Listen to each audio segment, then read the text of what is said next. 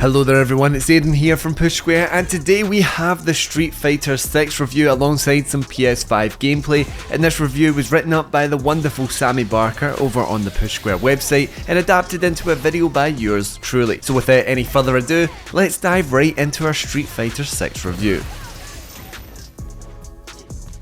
Capcom saw your Street Fighter 5 complaints and threw the kitchen sink at its vastly superior successor. Street Fighter 6 is a live service game that will grow and expand over the course of the entire generation, but those anticipating a light, half-hearted effort at launch will find one of the most robust, feature-rich fighters of all time. This is an exceptional package that even takes the time to try and onboard newcomers, and while a few minor issues prevent it from securing an unexpected perfect, it comes about as close to a flawless victory as fans could have possibly hoped for. First though, the follow-up would be nothing without a robust gameplay system to wrap its karate belt around, and that's where Drive Impact enters the arena. This powerful paint-smeared special move can be used by all 18 characters in the launch day roster and will break through blocks and a maximum of 4 counter attacks at the expense of using up a slice of the drive gauge. This specifically can be used to punish opponents caught in the corner, and when it connects will open up your rival to supreme punishment, assuming you have your chosen character's combos memorized of course. That said, it can easily be countered with a simple throw or by using the drive parry,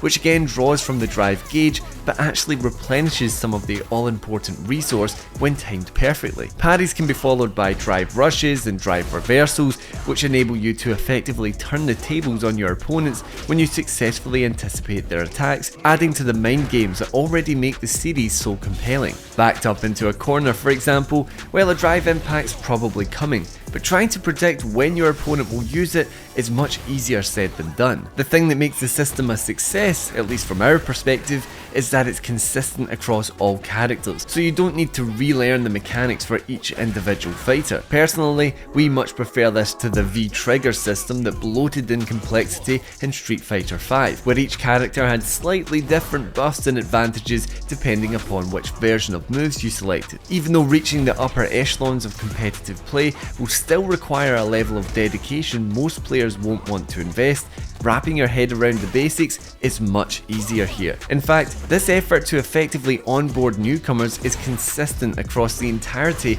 of Street Fighter 6, perhaps crucially with its inclusion of modern controls. As we've already alluded to, this is a deeply technical title, and the main games are much as part of the combat as the button combinations. While it may make sense to you that a shuriken can be successfully utilised in an anti-air attack, actually inputting the complex control stick directions to execute it isn't always easy, and that's where the new control scheme comes in. A little like Super Smash Bros, the modern controls will assign special moves to a single button in a direction, meaning you'll still need to understand when to use them, but won't need to worry quite so much about the complicated execution. The system also streamlines combos, and while your damage output will be debuffed compared to those playing with the more traditional classic controls as a result, it can level the playing field to an extent. We've battled a couple of modern controller players online and struggled against their consistent execution, although we did find their approach more predictable overall, and this allowed us to get the upper hand on occasion. One thing we will say is that actually toggling between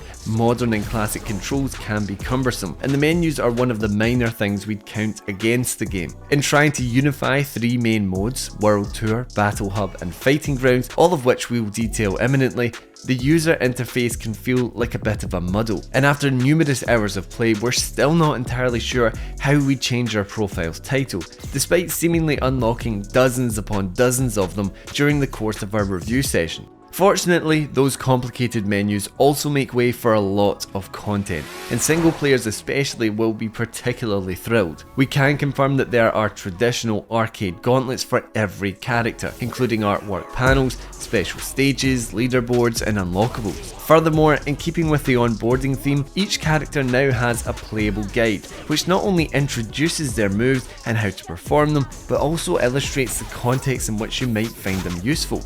It's truly fantastic stuff, and it's shocking that a series like Street Fighter hasn't had more robust training content like this in the past. we should spare a moment to discuss the roster, which includes stalwarts like Ryu, bearded and topless here, as well as newcomers like Kimberly, a sprightly graffiti artist with high tops and a Walkman. There's a genuinely good mix of combatants, all bringing something a little different from a gameplay perspective, whether it's the paddle-wielding Lily, a diminutive travel fanatic with tornado-style special moves, or the demonstrative Marissa, an Italian beefcake who exudes brawn. Pretty much all of the additions feel more distinct and memorable than Street Fighter V's, with perhaps the exception to Rashid, who tellingly is coming to this title as part of its first season of post-release content. Admittedly, those newcomers do have a little bit more to establish themselves with in World Tour, a flabbergastingly well executed RPG-styled story campaign that sees you exploring the mean streets of Metro City in an effort to learn the meaning of strength. It's here that you'll cross paths with various characters from the main roster,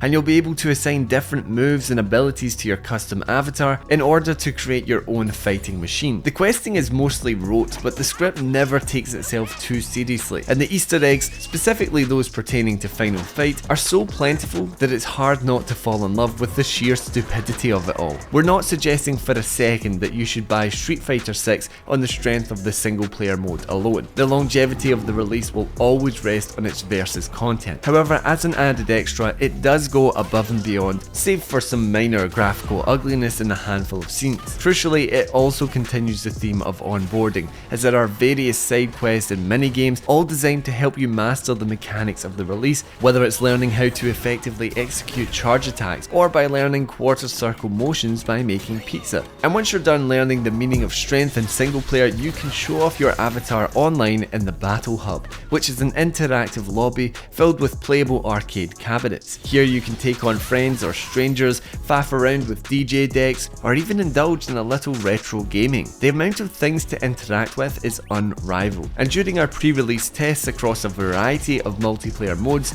we're happy to report that we've had almost zero issues with the rollback netcode, which feels practically imperceptible to local play to us. But we should stress that we have been playing on very lightly populated servers. The fact that we haven't even mentioned extreme battles, which are the madcap party focused modes with unorthodox rules and stage gimmicks like Raging Bulls, this deep into our review is a testament to just how much content is stuffed into this release. It's an extraordinary package, and one that's only poised to expand with consistent updates and support from Capcom over time. If you'd have told us the starting point for Street Fighter 6 would be this feature rich when its predecessor released, we simply would not have believed you. Street Fighter 6 is an absolute humdinger of a sequel. Capcom has created a fighting system that has all the tactical depth professional players expect, while also making it fairly easy for casuals to wrap their head around. Not only that, it introduced smart ways to onboard newcomers, including a simplified control scheme and a great suite of tutorials, which even extend to the impressively enjoyable RPG-inspired single-player story mode. A strong roster of starting characters, near flawless rollback netcode, and a seemingly never-ending selection of content, including interactive online lobbies with playable retro games, round out another unbelievably impressive effort from the seemingly unstoppable Japanese publisher.